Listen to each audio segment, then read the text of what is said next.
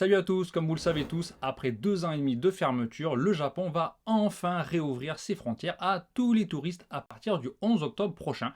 Et je me suis dit que ce serait peut-être une bonne occasion de vous parler de ce qui a changé au Japon pendant cette période.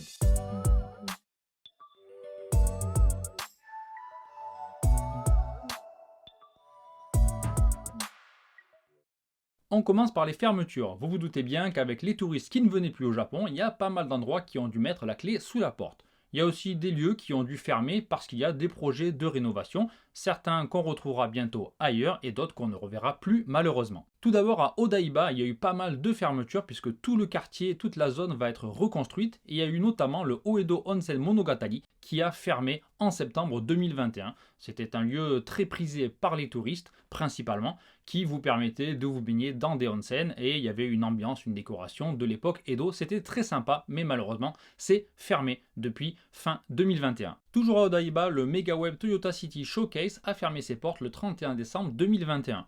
On peut noter aussi la fermeture de Venus Fort, un grand centre commercial qui était très sympa, qui a fermé en mars 2022 et fin août de cette année, eh bien c'était autour de la grande roue de Odaiba. Ensuite, en vrac, la liste n'est pas exhaustive, mais il y a le Nakagin Capsule Tower qui a fermé à Tokyo, les Sega Arcade à Ikebukuro et à Akihabara, le Taito Station à Shinjuku. Il y a également eu des fermetures de magasins d'électronique, notamment Tsukumoi Akihabara Ikimae et l'Abi à Shinjuku, qui étaient vraiment des magasins connus de tous les touristes. Ensuite, le musée Team Lab Borderless a aussi fermé le 31 août, mais il réouvrira l'an prochain vers Toranomon dans le centre de Tokyo. Et bonne nouvelle, il reste tout de même la planète à Toyosu, non loin de là. Le Kawaii Monster Café à Harajuku a également mis la clé sous la porte, de même que Maricar, la société qui permettait de se déguiser en Mario Kart et de conduire un kart dans Tokyo, et qu'il faut bien le reconnaître faisait un peu chier les locaux. Voilà, il y a encore sûrement plein d'autres endroits qui ont fermé et que j'ai oublié, donc si vous pensez à certains lieux, n'hésitez pas à l'écrire dans les commentaires.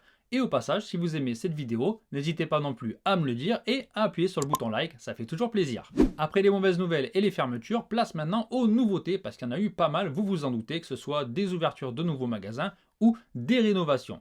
Tout d'abord, la gare de Shinjuku a été refaite, pour le pire ou pour le meilleur, je vous laisse juger, maintenant le bâtiment est très moderne. Ensuite, en novembre 2019, Shibuya Parco a ouvert ses portes et au même étage, vous trouverez un Nintendo Store, un Shonen Jump Store et un Pokémon Center. Donc c'est vraiment un lieu à visiter. Toujours à Shibuya, le Miyashita Park a ouvert ses portes et donc c'est un centre commercial. À l'intérieur, il y a notamment un magasin Ghibli et au-dessus, il y a un énorme parc avec plein d'activités. C'est vraiment un endroit très sympa pour se promener et pour passer de bons moments. Direction Osaka maintenant pour Universal Studio Japan, USJ comme on dit ici, où, vous le savez tous, Nintendo World a ouvert pendant la pandémie.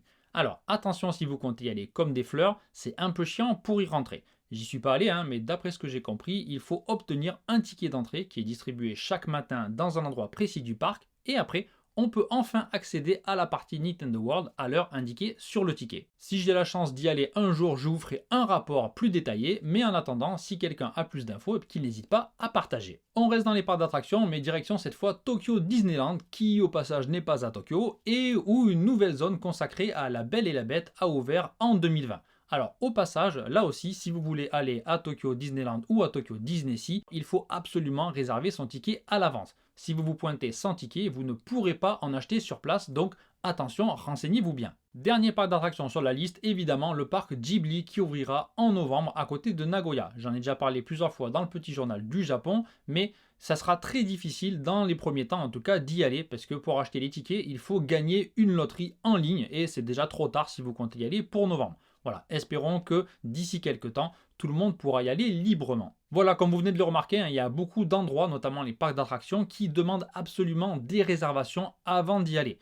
Il y a aussi des musées par exemple, ou d'autres endroits qui demandent ce genre de réservation qu'on peut faire soit sur internet, ou on peut également acheter les tickets dans certains magasins. Donc renseignez-vous bien avant de vous déplacer, ça vous évitera de rester devant la porte. Si vous êtes fan de robots géants, vous le savez peut-être déjà, mais il y a un immense Gundam à Yokohama et le Gundam Factory qui ont ouvert au public en décembre 2020.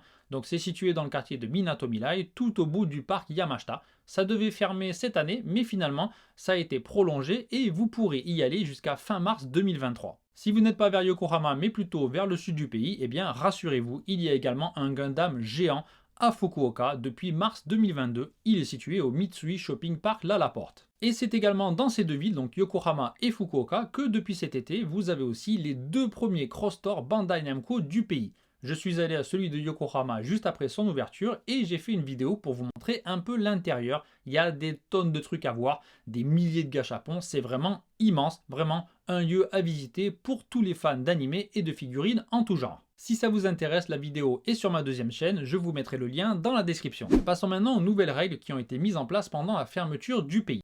Tout d'abord, il y a une nouvelle règle qui concerne les bagages dans les Shinkansen les plus utilisés par les touristes, on va dire. C'est-à-dire le Tokaido Shinkansen entre Tokyo et Osaka, le Sanryo Shinkansen entre Osaka et Fukuoka, et également Kyushu Shinkansen entre Fukuoka et Kagoshima. Donc je vous en parle pour vous rassurer en fait, au cas où vous seriez tombé sur la nouvelle qui était un peu expliquée à l'arrache, mais depuis mai 2020, on n'a pas le droit de prendre une valise dont le total des dimensions fait plus de 250 cm, et on doit réserver un siège spécial gros bagages si on en a un qui fait entre 161 cm et 250 cm. Alors, comment on trouve ce total? C'est pas sorcier, il faut juste additionner la longueur, la largeur et la profondeur de votre valise pour arriver au résultat.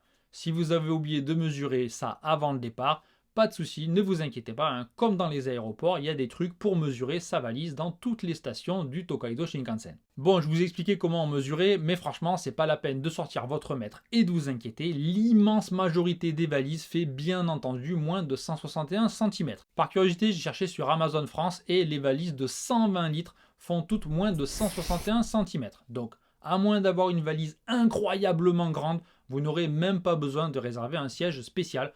Et vous pourrez la mettre au-dessus de votre siège. Parce que oui, au Japon, il n'y a pas d'endroit pour caser les valises, que ce soit dans le couloir ou derrière les sièges. Enfin, derrière les sièges, il y en a parfois, mais c'est justement ceux-là qu'il faut réserver si vous avez un bagage trop gros.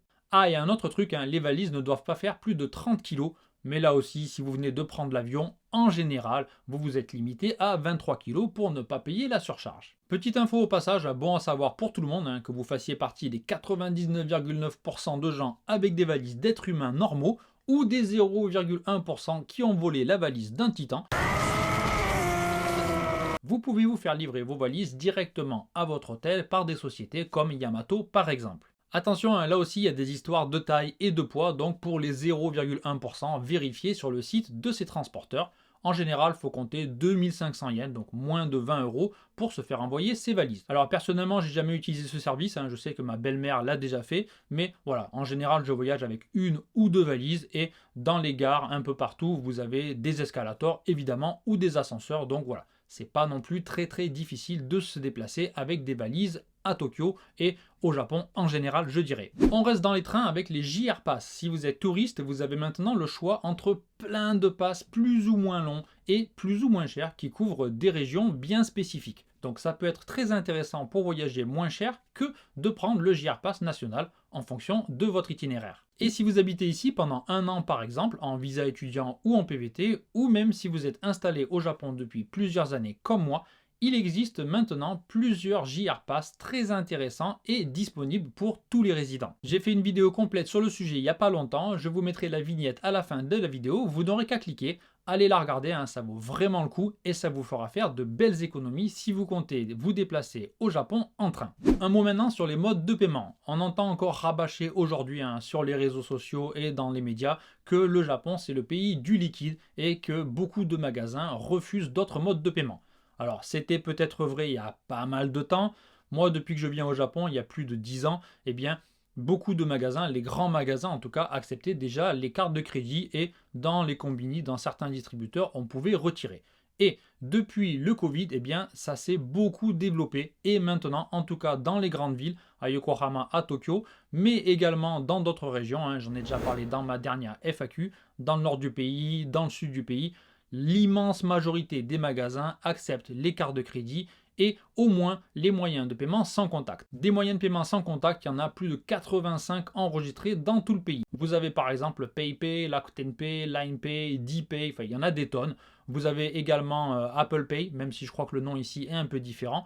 Donc voilà, vous pouvez vraiment payer un peu partout avec ce type de moyens de paiement. Vous avez également hein, les Suica, les Passmo que vous pouvez charger, ce sont des cartes de transport, mais on peut les charger, mettre une somme dessus et ensuite on peut payer avec ça dans pas mal de magasins, notamment des combini ou des supermarchés et également dans les distributeurs. Alors attention, on m'a fait remarquer à juste titre dans ma dernière FAQ que certains petits restaurants, certains petits bars ne prenaient que le liquide. Donc évidemment, il y a encore des magasins qui prennent seulement le liquide, mais je pense que ça reste quand même assez limité.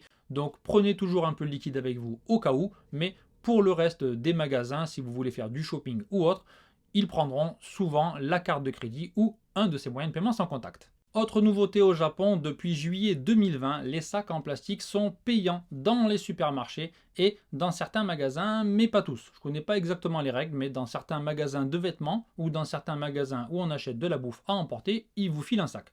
Dans les autres, il faudra payer entre 2 et 5 yens pour acheter un sac en plastique en fonction de la taille. Cette mesure, c'est évidemment pour réduire la consommation et la pollution due au plastique. Donc, réutilisez le sac que vous avez reçu dans un autre magasin, prenez un éco-bag dans votre valise en venant ici, ou bien achetez-en un sur place, ça vous fera un souvenir. A noter aussi que depuis cette année, il n'y a plus de paille en plastique non plus. Donc comme quoi le Japon fait quand même quelques trucs pour essayer de diminuer la consommation de plastique en plus de le recycler. Bon, il y a encore beaucoup de boulot, mais ça évolue, c'est déjà ça.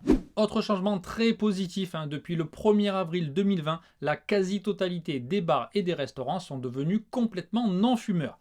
Il y a quelques exceptions pour des petits commerces et les lieux plus grands peuvent aussi créer une salle fermée, un genre de bocal, pour enfermer les fumeurs à l'intérieur, mais c'est assez rare, à part à Dotol, j'en ai jamais trop vu, mais je passe pas non plus ma vie dans les bars. Voilà, en tout cas c'est vrai que c'est vraiment cool, parce qu'avant au Japon c'était assez choquant de voir des gens fumer et vous polluer l'air pendant que vous dîniez tranquillement au restaurant. Dernier point, évidemment, les masques. Donc, comme vous le savez, j'en ai déjà parlé 150 fois, mais au Japon, tout le monde porte un masque partout. Donc, si vous venez au Japon en tant que touriste, même si vous n'aimez pas trop porter le masque, faites-le pour ne pas gêner et pour ne pas vous faire remarquer et donner une image encore plus négative que ce qu'elle est déjà des touristes étrangers. Donc, mettez les masques notamment dans les transports en commun. C'est pas obligatoire, mais tout le monde le fait, donc faites comme tout le monde.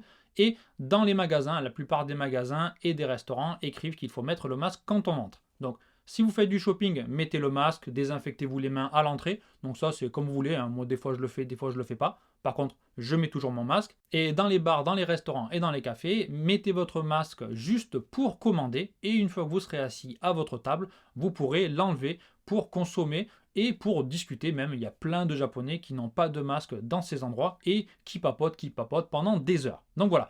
Faites comme les Japonais, ne vous faites pas remarquer, s'il vous plaît. Alors à l'extérieur, faites comme vous voulez. Moi, je mets jamais de masque à l'extérieur et on voit de plus en plus de Japonais qui n'en portent pas, que ce soit dans la rue ou dans les parcs, évidemment.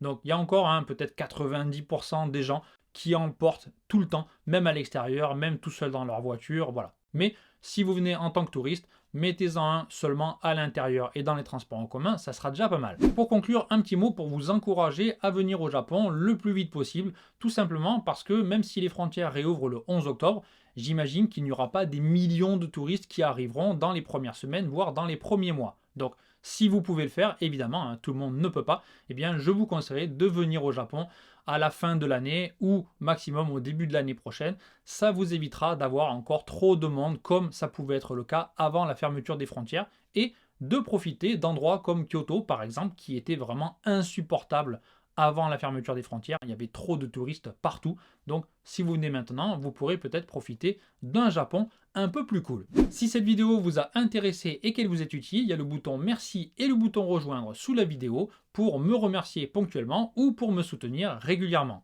Il y a également mon compte Patreon, les infos sont dans la description. Quant à moi, je vous souhaite une bonne semaine et je vous donne rendez-vous très bientôt pour plus de vidéos sur le Japon.